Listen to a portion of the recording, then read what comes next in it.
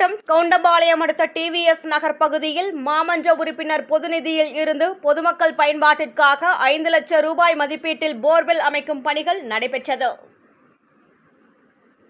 கோவை மாவட்டம் கவுண்டம்பாளையம் அடுத்த டிவிஎஸ் நகர் பகுதிக்கு உட்பட்ட 16வது வார்டு பகுதியில் இன்று பொதுமக்களின் நீண்ட நாள் கோரிக்கையாக இருந்த தண்ணீர் பிரச்சினையை தீர்க்கும் வகையில் 16வது வார்டு மாமன்ற உறுப்பினர் பொதுநிதியில் இருந்து 5 லட்சம் ரூபாய் மதிப்பீட்டில் போர்வெல் அமைக்கும் பணி நடைபெற்றது. இதன் மூலமாக இந்த பகுதியைச் சேர்ந்த ராஜலட்சுமி காலனி, முருகன் காலனி, லட்சுமி நகர் மற்றும் அதன் சுற்றுப்புற பகுதிகளில் உள்ள பொதுமக்களின் தண்ணீர் பிரச்சினைக்கு தீர்வு காணும் வகையில் அமைக்கப்பட்டது.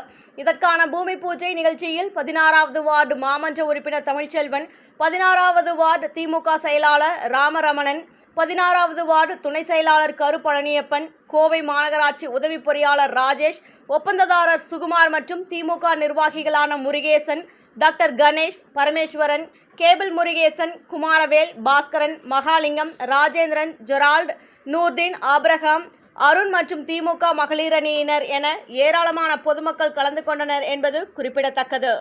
16வது வார்டு மாமன்ற உறுப்பினர் நிதியிலிருந்து சிறப்பு நிதியாக 16வது வார்டு ராஜலட்சுமி காலனி, லட்சுமி நகர், அம்மன் நகர் பயன்பெறும் வகையில் மாநகராட்சி கவுன்சிலரின் நிதி ஒதுக்கீடு செய்து பொது நிதியிலிருந்து ஒதுக்கீடு செய்து இங்கு ஆழ்குழாய் கிணறு அமைக்க ஏற்பாடு செய்யப்பட்டுள்ளது.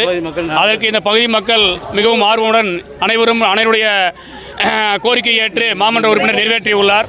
பொதுமக்களோட நீண்ட நாள் கோரிக்கை, இந்த பகுதியில் தண்ணி இல்லைன்னு சொல்லி எங்கிட்ட பலமுறை வேண்டுகோள் வச்சாங்க. இது நீண்ட நாள் கோரிக்கை இன்றைக்கி நிறைவேற்றுறோம். அது தண்ணி அப்புறம் தடுத்து நிறுத்துறாங்க. பப்ளிக் எல்லாருமே அதுக்கு ஆதரவு வச்சு பப்ளிக் ஒத்துழைப்போடு நாங்கள் இப்போ போட ஆரம்பிக்கிறோம், போடுறோம்.